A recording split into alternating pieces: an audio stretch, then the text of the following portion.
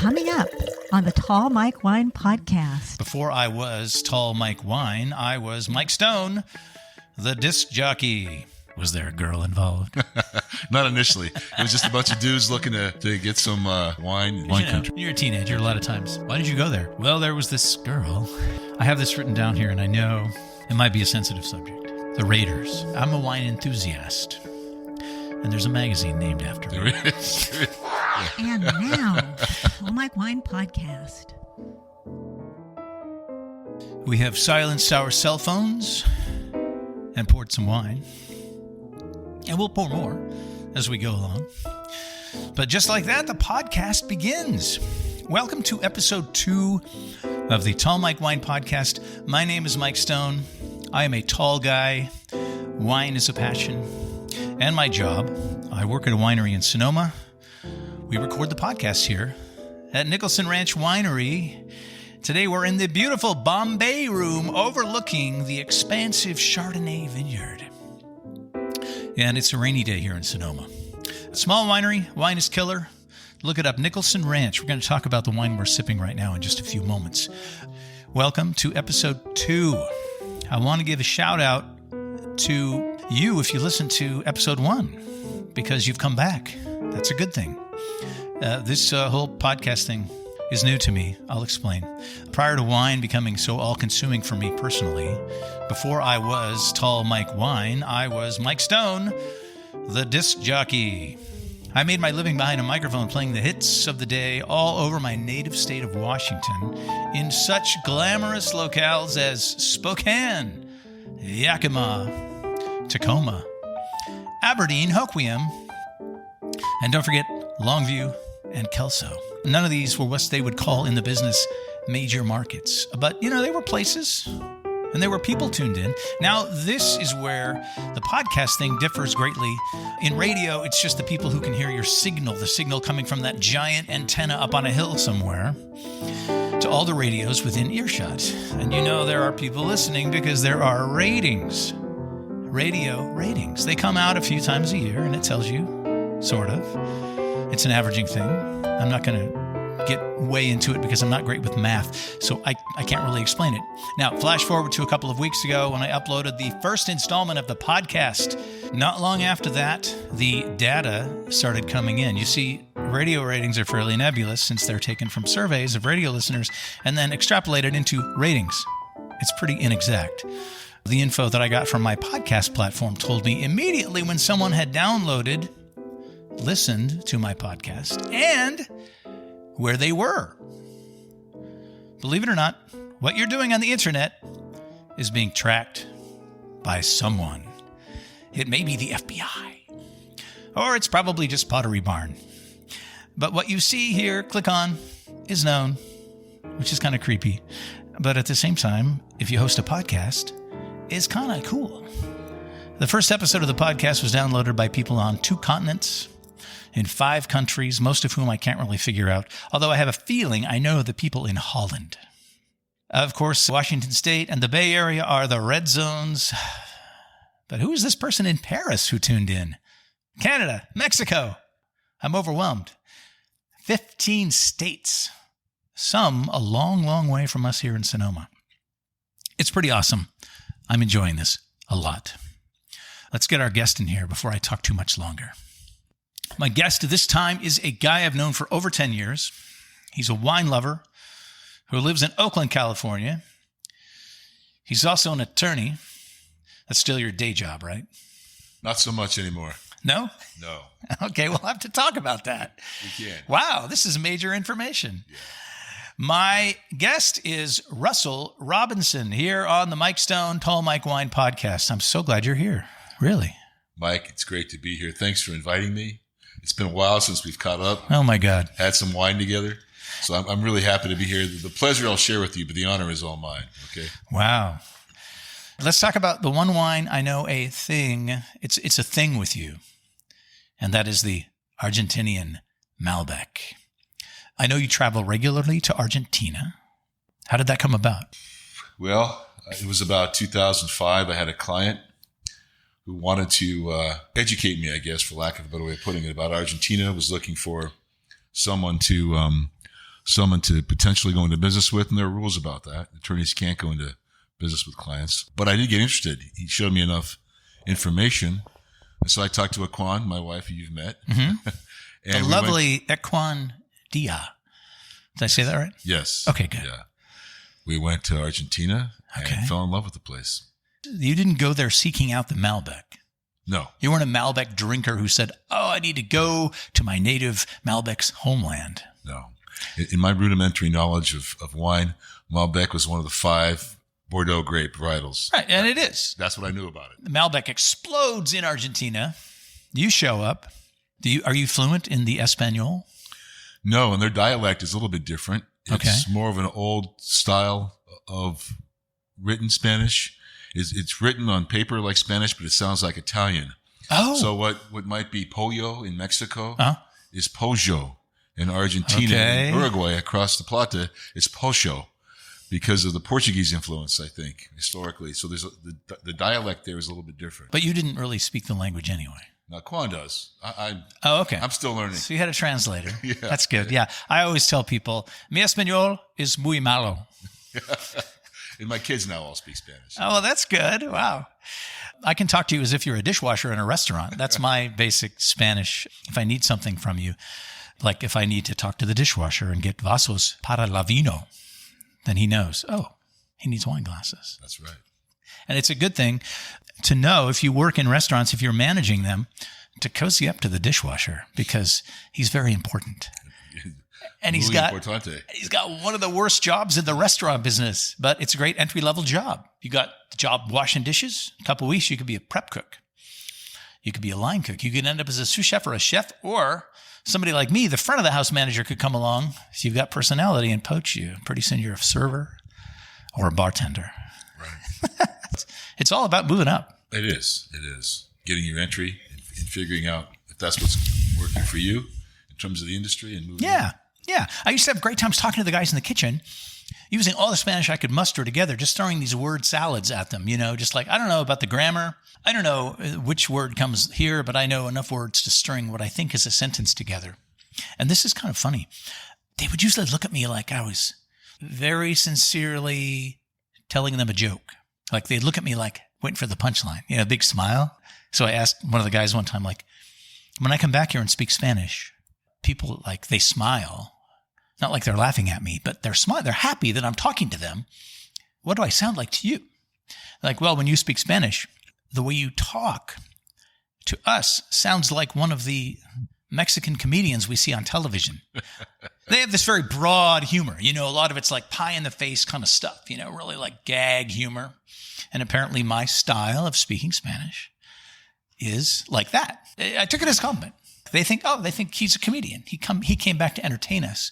But what he really wants is wine glasses or silverware. But they still think it's amusing.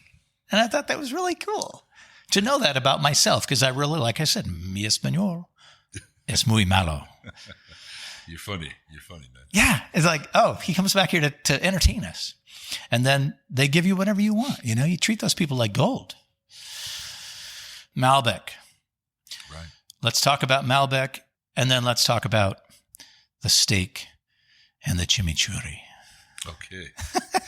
Some of my favorite subjects. It's big down there. Like, there aren't too many vegetarians in Argentina, I'm guessing. Surprisingly, there are vegetarian restaurants in Buenos Aires, but the steaks are big. There's a fine dining movement as well. You see a lot of great restaurants, right? Especially in Mendoza, which is the city of Mendoza, which is the capital of the province of Mendoza, which is their wine country, their sort of California analog. And if you're in downtown Mendoza, how far are you from the main, how far of a drive until you're surrounded by vineyards?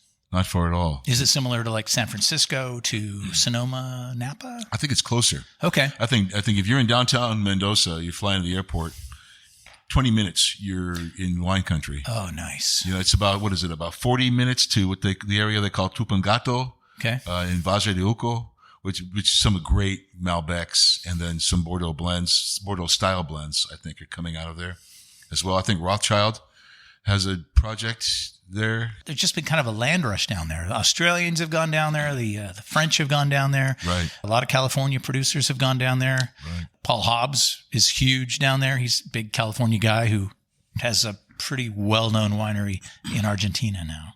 Now, I've actually heard of that. I don't know personally, but I've heard of that project down there. I think it's called Vina Cobo or something like that. I'm sure somebody will correct me. Not me, not today. No. Somebody listening to this podcast, like, what are you talking about? Right. Maybe Paul Hobbs himself. Paul, if you're listening, I want you to come be on the podcast. Thank you. When you started drinking wine and it became a thing with you, you were like, oh, I like wine. Like I had my epiphany sometime in my late 20s. Oh, right before that. I moved to as part of the state of Washington, where I'm from, for one of those radio jobs. Right. And all of a sudden I was surrounded by wine country. And just for something to do, I was visiting wineries. I want to know if this is a similar thing that you experienced. You start visiting wineries and you run into different kinds of people than you're used to hanging out with. For me, it was not just the people working in the winery, but the people that are there visiting the winery. Totally different from the kind of people I was hanging out with in my late 20s. In your late 20s, you're like hanging out with basically high school people that have gotten a little older, right? People that are just barely adults. And you move on to hanging out at wineries, like you meet people that are into wine. They're into some nicer things. They're into food. They're into better movies. They read more books. They watch less television. Do you equate that with wine at all? Yeah, it started a little bit earlier. I was born in San Francisco, but we moved around a lot when I was a kid. Ended up in the South Bay when I was 13. Starting in my junior year in high school, we would come to wine country. Me and my high school friends would come to wine country.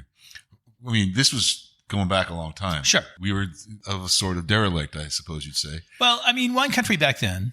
Now, let's characterize it as the late 70s. Yes, 78, 79, 80, right there. So it was not as fancy and as big as it is now. Now it's major industry and it's huge. All the laws fell into place. I'm sure back then you could have maybe come up here and... Well, we were 16, 17 years old, right. and they didn't cart us, and you could taste for free. You know, it was before it was $50 or $100 to taste. Right.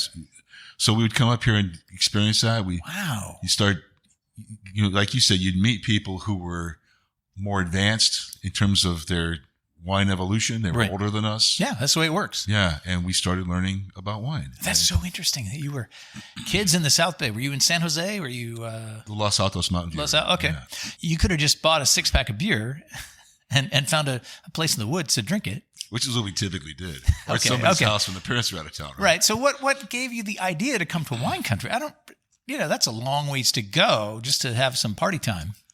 I'm not sure what the genesis of the idea was. Probably somebody had an experience and wanted to share it with his friends or her friends, but we would come up here. I was going to say, was there a girl involved? Not initially. It was just a bunch of dudes looking to get some wine and enjoy the sun and okay. wine country. You're a teenager a lot of times. Why did you go there? Well, there was this girl. It came to that eventually, but at the outset, initially, that's awesome. Ab initio, as we'd say, it was about drinking wine, I think. And some of my friends went to the Culinary Academy, the California Culinary Academy when it was in San Francisco. Right. Others went to the Culinary Institute of America, which is Greystone, I think. In Napa, in St. Helena. And so wine and food became kind of a big deal in our late teens and early 20s. Right. And so that's how that sort of continued to evolve. My involvement with, I don't want to say fine dining, but certainly better food than burgers and fries and a red wine. Well, that goes to what I was talking about, where you start hanging out with people that are into wine, and pretty soon you're at somebody's house on a Sunday, and everybody's in the kitchen, and they're cooking some big meal, and they're all foodies, and the wine is great, and the food is amazing, and you're like, oh, I think I'll stick around. It's kind of fun. I like these people. Yeah. But it's kind of a niche, this is not what's happening everywhere with everyone, especially when you're young. Especially back in the late 70s, early 80s. I think there was this move towards restaurants that I think we'll talk about in a little while, but lately with the COVID situation, everyone's cooking at home again. And so you see more of that. And you are a Bay Area native. I didn't know that. I have this written down as one of my questions. And then you went off to law school. Eventually I did, right. Which school did you go to? Golden Gate University. Okay. Law. I had a great group of friends there. Still in touch with many of them today. That's awesome. We'd go out as a class. Sure. We'd order a lot of wine. We would go out to these nice meals, and all of a sudden there'd be 10 of us, and there'd be 10 bottles of wine at the table. Wow. It got a little expensive for guys. I was going to say, it doesn't sound like starving college students. And we were barely making the check sometimes. The argument would begin, well, you ordered this and you ordered that. And I'm not paying for this. I'm not paying Parsing it out. Yes. How do you like this Pinot we're sipping? I think it's great, man. Russell and I are sipping a wine that's made here at Nicholson Ranch. This is our 2017 dry farmed Pinot Noir. It's called dry farmed because it comes from an area of our vineyard, which is not irrigated at all and has not been irrigated in probably 15 years. So what that does is it really stresses the vines out and creates super, super small grapes. It creates some great earthy flavors in the wine. Do you drink a lot of Pinot? I do. My next door neighbor is French, and he's a Burgundy drinker. Oh. So typically when we get together, we will drink some Pinot or Burgundy, as it were. Yeah, so and I do like Pinots. I like them a lot. We're going to move on to a different wine in a few minutes. I can't wait. Yeah, I know. I mean, it's been a while.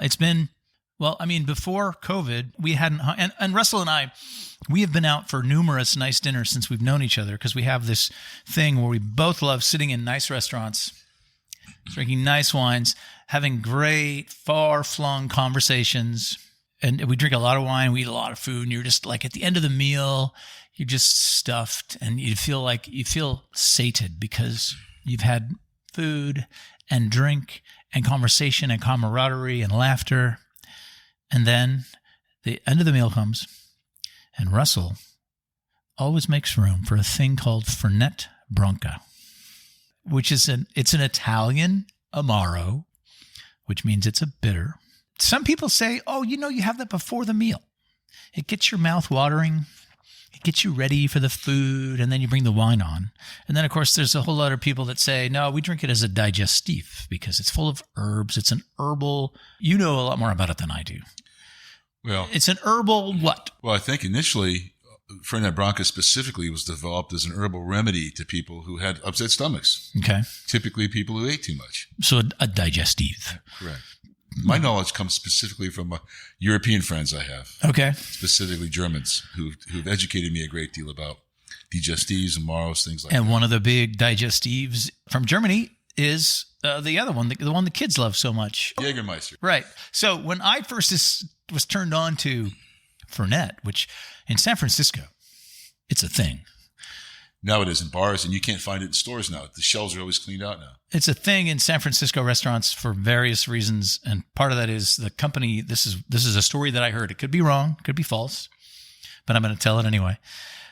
Was that the company that owned Fernet Branca saw what was happening with Jägermeister, and Jägermeister was just a thing that happened in the 90s. All of a sudden, people are ordering shots of this obscure German digestive. The stuff's flying off the shelf. Yeah. It's a thing. It's popular. It has its own identity. So the company that owned Fernet decided, we want that. So they hired the same marketing company to roll out Fernet, and they started in San Francisco.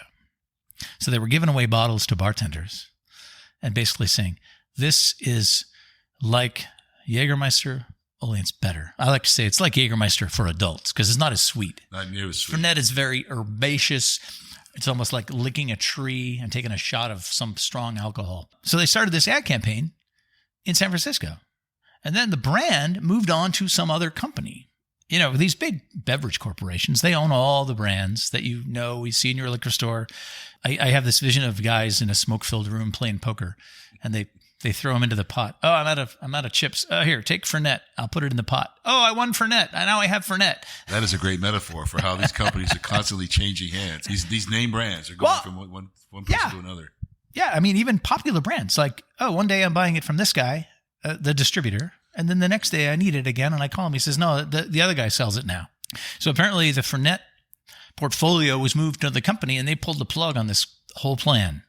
So San Francisco got this marketing plan. It turned into a big thing in San Francisco. And then the rest of the country kind of followed along when people from San Francisco had moved to New York or wherever. I mean, I had friends that would go to New York and say, there's not even a bottle of Fernet on the back bar at this nice restaurant. And the bartender looked at me like, what are you talking about? We're in San Francisco, everywhere you go. That's right. It's like this secret language. What's funny, Jägermeister is, in my view, terribly sweet. But Germany makes another one, and it's Underberg. Oh, yes. Those little paper, which is not near as sweet. And that's very similar for that in terms of the bitterness and the content. Right. Almost a eucalyptus type remedy. I don't think I've had it. Is that the one they sell in the tiny little bottles? Wrapped in paper. Yeah. Yeah. I've seen it. Yeah. There's a pool hall in downtown Napa. It's on 1st or 2nd Street. Okay. They actually sell Underberg by the shot, the little tiny bottles in there. I don't know if you've ever played pool over there, but it's a fun place. I never have. I guess that would be that way. No, that way. No, that No, way. it's actually that way. Yeah. A little disorientation here. We're in the Bombay room, and up is up and down is down sometimes. By the way, this Pinot was great. I'm glad you like it. I really like this. Thank you. Yeah. That's the Dry Farm Pinot from Nicholson Ranch. What I like about it is it's a standalone wine. You don't have to have food with it, but I think it would pair well with a lot of things. That's one of those New World things. Your neighbor from Burgundy, he's probably not used to opening a bottle and drinking it without food. I mean, maybe he is because he lives in America, but that's an American thing. In other countries, it's like, the wine comes out when the food comes out. That's right. They drink other stuff before that. They're going to drink, have a little limoncello. We'll have a little of this. We'll have a little of that. When the food comes out, the wine comes out. That's why the wine from the old world is a little different. Right. It kind of needs that food to go with it. Whereas here in America, most of the wines are pretty fruit forward, pretty easy to drink by themselves, like cocktails. They are. More so. And that's old world versus new world. We're used to just opening a bottle, hanging around talking, and drinking a bottle of wine. And here at my house, there's always going to be cheese. But here, there's no cheese. But, we're cool drinking these wines by themselves. I have this written down here, and I know it might be a sensitive subject. The Raiders. What? The Raiders. Oh, yeah. You see, I am deaf. I thought you said Ravens. I'm going, what? Not the Ravens. Russell is an Oakland, now not Oakland, Las Vegas Raiders fan. Now, you're a diehard fan because I know somebody's a diehard fan. When I see them posting about their football team on social media, then I know, okay, you're a fan. I post about the Seahawks. I'm a fan. I remember when there weren't Seahawks in Seattle back before 1976. And then the Seahawks came in 1976. I was 12. Glory, hallelujah. And then in 1977, we got the Mariners. Yeah. So again, I'm stuck to those teams for sure. But before there were Seahawks in Seattle, I had a friend. Now, I was probably in elementary school, but I had a friend, and there was no NFL team. Football wasn't on my radar. But my friend Ron Schultz was a Raiders fan. In a small town outside of Seattle, somehow he was a Raiders fan. Great guy. The thing is, Ron Schultz is missing. He's like one of those guys who you hang out with. You see him partying a little bit in high school. We drifted apart because, different crowds, different things happen as you evolve, going through school. I was sort of knew where he was outside of high school. And now when I ask anybody in Bremerton, which is where I'm from, nobody knows where he is. I have friends like that. He had some rough years. He maybe partied a little too much. And then he kind of went off the radar. And nobody knows where he is. Yeah. But because of Ron Schultz, before there were Seahawks in Seattle, I was a Raiders fan. And that happened to be the year 1976 when they won the Super Bowl. Against the Vikings. Yeah. So that was huge. It was massive. I don't know why I was a Raiders fan. That was a big deal. Growing up, being born in the Bay Area, San Francisco, my brother is 13 months younger than me. Okay. He was a 49ers fan and an Oakland A's fan. I was a San Francisco Giants fan and an Oakland Raider fan. We couldn't agree on the same team. You guys are like opposites. Yeah, That's the thing I don't get. I have a good friend, Chef Scott Wall, who I worked with in Walnut Creek at the Lark Creek restaurant. He is a Niners fan and an A's fan. He's an East Bay guy. So I understand the A's fan thing. Do people who are from the East Bay, who are A's fans, who are 49er fans, is it because they're just not down with the whole Raiders thing? I don't understand. Because the Raiders thing is really, they've moved to Las Vegas, but you're still a fan. They moved to L.A. The last time they won a Super Bowl was in L.A. Right. The fan base sticks with them. And it makes me think these guys are like the dark side, the mirror image of what we had in the 70s and 80s when the Dallas Cowboys were thought of and marketed as America's team. Remember that? I do. They were like the squeaky clean America's team. Dallas Cowboys. I never bought into that. I was like, that's bullshit. Right. Well, then that movie came out with Nick Nolte. Oh, right. North Dallas 40. That's right. Yeah. They kind of started to Right. chisel away or Right. something. And then you had the cheerleaders. The Dallas Cowboy cheerleaders were a big thing. They were. So are the Raiders the rebellious version of that? Because no matter where you go in this country, you're always going to come upon that big supercharged black pickup truck raised like way off the ground. In the back window, there's that huge Raiders decal. Yeah. Black pickup truck, Raiders decal, no matter where you are. I mean, I have a nephew up in Washington State. He rides a Harley. He's like, anti-authority guy. He's a rebel. And he's a Raiders fan. So the Raiders thing is bigger than just Oakland. It is. I think geographically, San Francisco 49ers drew 2/3 of their fans from the South Bay. Oh, okay. From like down in San Jose, that area? That area. Okay. Peninsula, Burlingame, Millbrae, places like that. Okay. Hold on a second. I want to catch up to you. We're switching wines. We're moving from Pinot Thank you. to something a little heavier, and including the bottle itself. The bottle weighs a ton. I'm a fan of wine that comes in heavy bottles, and this is one. I'm pouring a wine now from Washington State. This is a wine from K Vintners, which is a company that started out in Walla Walla, Washington, and then moved to Seattle because that's where all the people are. But they still make wine from grapes grown in eastern Washington. This wine is a Cabernet Syrah blend called The Creator. It's got a cool label. A really cool label. It's from 2013, so it's been sitting for a while. It's ready to drink. Let's try it, and then we'll get back to talking about the Raiders. Oh, cheers, my friend. Good seeing you again, man. Great to see you. Thank you for coming on the podcast. We always drink I can't believe it. Episode 2. That's really interesting. I like the mouthfeel. It's definitely ready to drink. Yeah. Like it's not 75% Cabernet. I thought, oh, okay, it's a 13. It's definitely ready to drink, though. Back to the Raiders. Right. So the Raiders fans, besides coming from the Oakland Alameda area, right? They come from places like Stockton, Tracy, Oh. Modesto. Okay, so that's Raiders territory, right? I mean, when the Raiders are playing in Oakland. So that's not fancy city people then. No, it's not fancy. So San Francisco down to the South Bay, that's all like city. Right.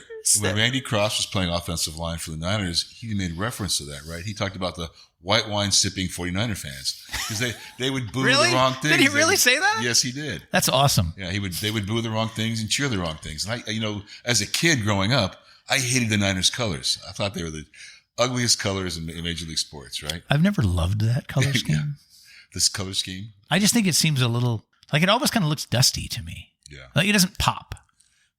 Well, I mean, the whole gold thing, I get that, right? The gold rush, the gold Right. 49ers, so they have to have gold in their colors. But the Raiders, silver and black or white and silver, white, silver and black. Those to me as a kid, you wanted to be intimidating as a football player, you were a Raider. If you wanted to, look at an NFL team as an intimidating team, you were a Raider fan.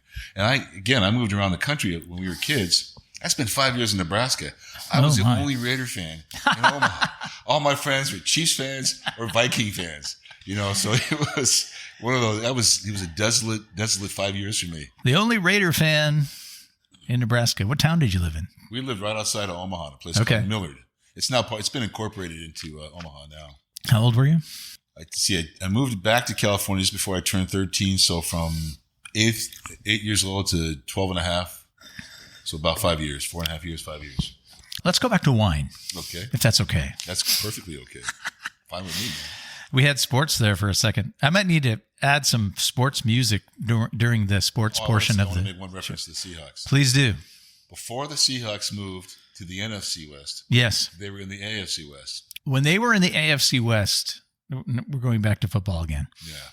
We were taught to fear the Raiders because they were the bad guys.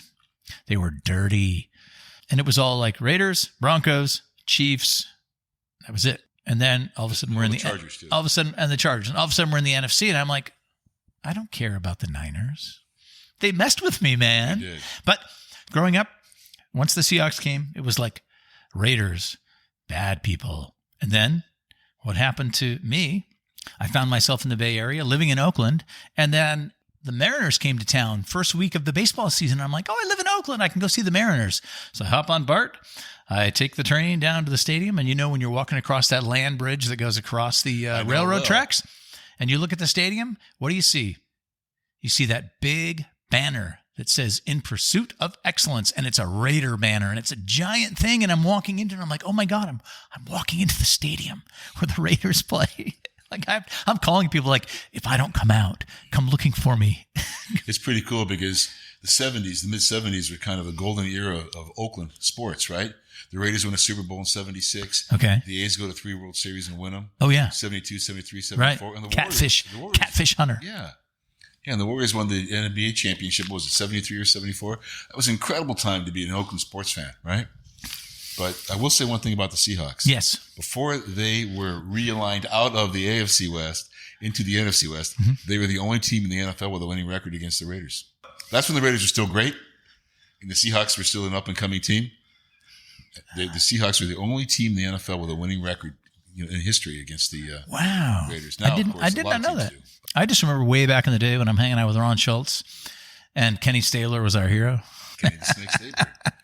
And Tom Flores was their quarterback way back when. He should be in the Hall of Fame. Well, now, see, I didn't know about that history until way, way after when Tom Flores became the coach of the Seattle Seahawks. That's right. Didn't he wear both hats for a little while, coach and general manager? I'm not sure. All right. Since it's the Tall Mike Wine podcast. Right. Sorry. We should get back to wine. No, I thank you. Because as I build this podcast, on the first show, I said we're going to talk about other stuff because wine podcasts, sometimes they're boring. They talk about wine too much. In fact, that's one of the reasons I created this podcast is because podcast became a thing. And I'm like, oh, I guess I should listen to a podcast. What should I listen to? And everybody's like, oh, find a podcast about anything, whatever you like. I'm like, I like wine. Like, well, there's a bunch of wine podcasts. I start listening to them and it's like, oh my God, these people are so boring. Because you can talk about wine and turn lots of people off. You can. Because wine, people think of it as like uppity and snooty and snobby. And in fact, this leads into my next topic. Because I've been trying to come up with like ways to characterize myself and ask people, what type of wine drinker are you? When you're with somebody you don't know very well, they don't know you are into wine, and you want to tell them, oh, I'm kind of into wine. Do you say, I'm a wine aficionado? Because that's like AKA wine snob. Or I like to say, I'm a wine enthusiast. And there's a magazine named after me. Yeah. But so I was looking around for like lists of ways to describe wine drinkers. Yeah. And I came up with this one that was on, I'm going to give credit to the website here. This is from a website called vinepair.com. And a guy named Jeff Licciardello wrote this article. The 14 types of wine drinkers who will drive you nuts. And I want to see if you can see yourself in any of these or if you know any of these people, okay? The first one is the, quote, heavy red or it's not wine drinker. Know some. I think I'm maybe guilty of that. I at times I am, yeah. I lean toward the cabs, the big Bordeaux varietals, the Syrahs, the Aussie Shiraz from the Barossa Valley. Those are big. The next one is the Think Pink drinker. I know some. So it says here, commonly known to many as the freshman, you bought pink Moscato for back in 2005. Not to be confused with rosé drinkers, the Think Pink consumer likes their wine like they like their store-bought cookies, sickeningly sweet and inexplicably pink. Now that reminds me of when I started drinking wine back in my early 20s, when I thought it would be fancy to have wine in my apartment. So I bought the box of Franzia White Zinfandel. Remember it well. It was a little bit sweet, so it was easy to drink. People would come over, wow, he's got wine in his fridge. He must be fancy. Next is the Butter Lover. Oh, those Chardonnays. Yeah, I know some of those too. That's, there's a lot of names that people in the restaurant business give to people who love super buttery Chardonnays. We have a few super buttery Chardonnays that you can zero in on, and you call those wines cougar juice. Now, that might be an apt term. I have to remember that. Yes, cougar juice. The next time you see the ladies sitting around a table in the afternoon, the moms that are waiting to go pick up the kids or whatever, and they're drinking Rombauer Chardonnay or something like that, cougar juice. The next one is the box believer, commonly known to many as your lazy roommate that never leaves the apartment. After all, why should they when they have nearly 4 bottles of wine waiting for them on their nightstand? That's probably something a little younger. I remember being served boxed wine at a Thanksgiving dinner one time at a friend's house. So there are people like that. They really exist. I've been told that there's some amazing technology, some breakthroughs that have happened in the box wine industry, and some of the stuff's not bad anymore. It's still not amazing. No, that's right. But it's drinkable. Yeah. I would never, if somebody says they like it, and they like it because it's cheap, and they get a buzz, like, if you like it, drink it. Whatever you like, man. No judgment. Just like what's in your glass. That's all we ask. Like what's Yeah, in your glass. yeah. There's the partisan wine drinker, commonly known to many as the person who is a little too opinionated for their own good. They swear to only drink red or white wine and will tell you that anybody who goes against their mantra doesn't know the art of vino. People who have all the opinions, right? Yeah, we all know some of those. The heart-healthy drinker, commonly known to many as the Pilates instructor who you love to hate.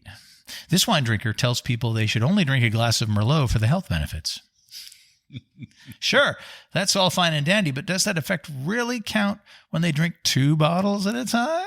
I'm trying to think if I know anyone like that specifically. Like, I know that for a while there was a thing they were trying to push Pinot on people because they said it's higher in resveratrol, which is a compound in grapes that's supposed to be an antioxidant that's very good for you.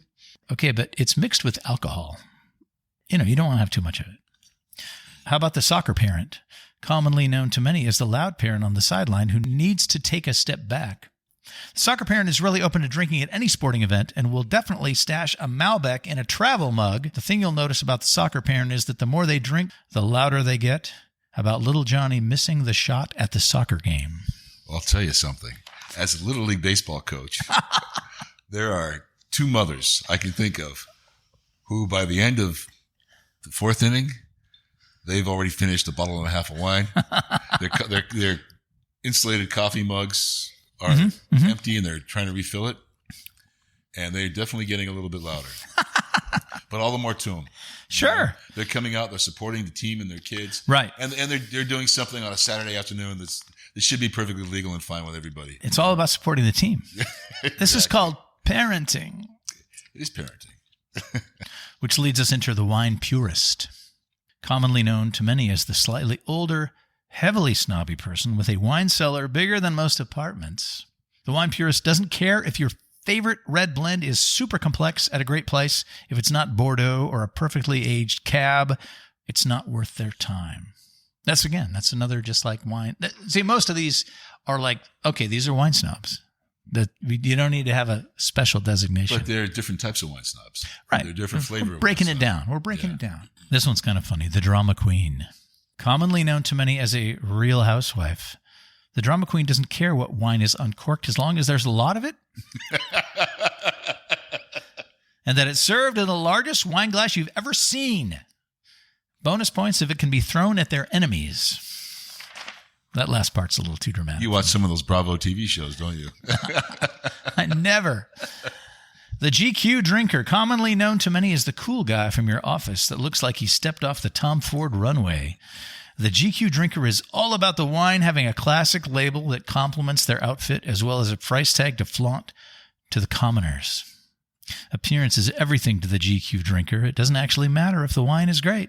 What's important is the perception of it being great. And I can think of a lot of wines that are marketed that way. I can think of a lot of people in tasting rooms over the last 30 years who are that person, right? Exactly. They need special attention. They want to basically pick the brain, or at least that's what it looks like, of the person pouring them the wine. Then they want to turn to each other and ignore the person pouring the wine for about 2 minutes. And they come back. I've been in that wine room before with those people. I work in the tasting room here.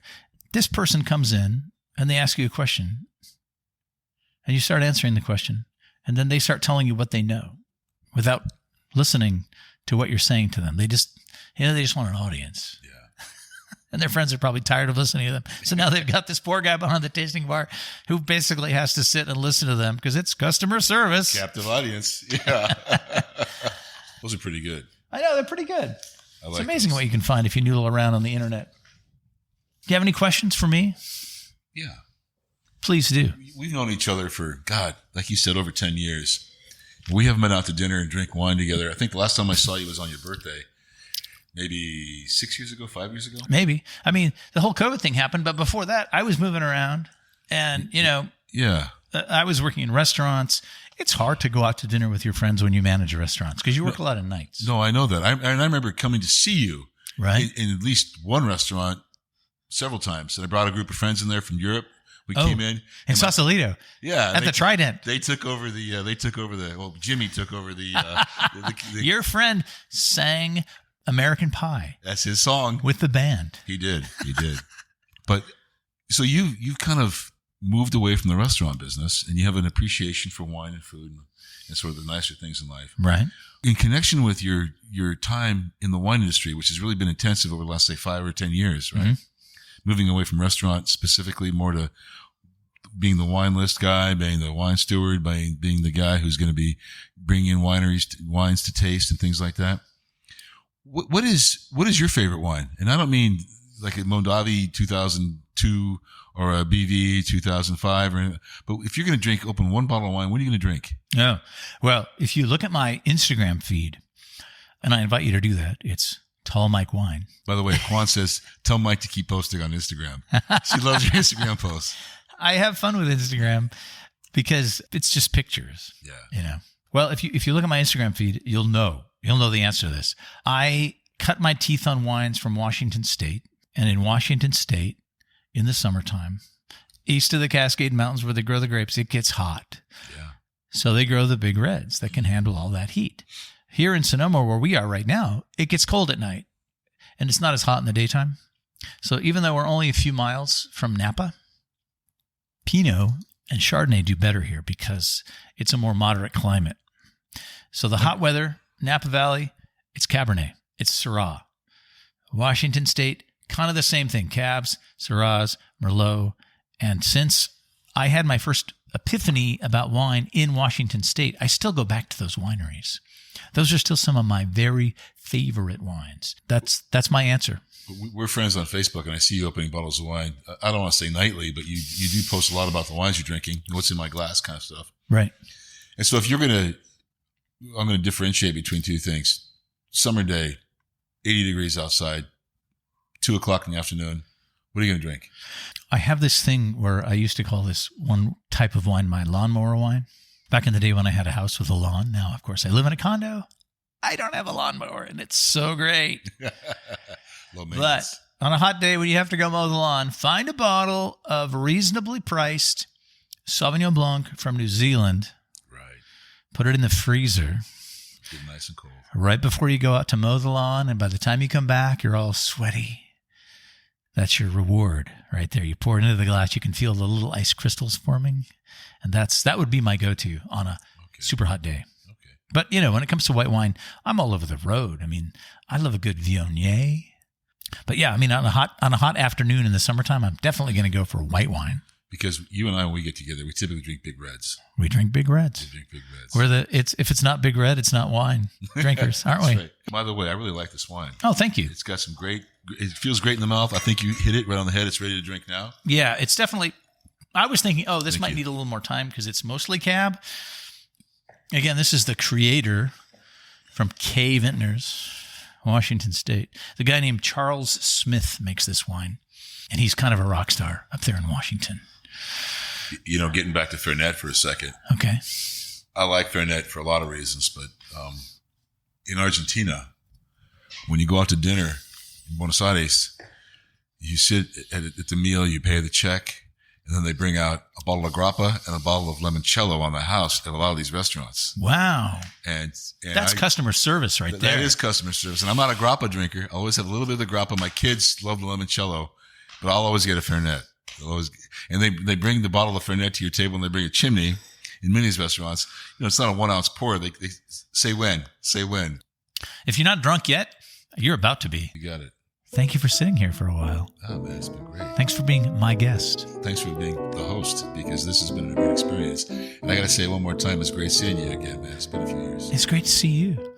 Just relax. I'm going to read the closing credits now. Okay? The Tall Mike Wine podcast is written, produced, and edited and maintained by yours truly.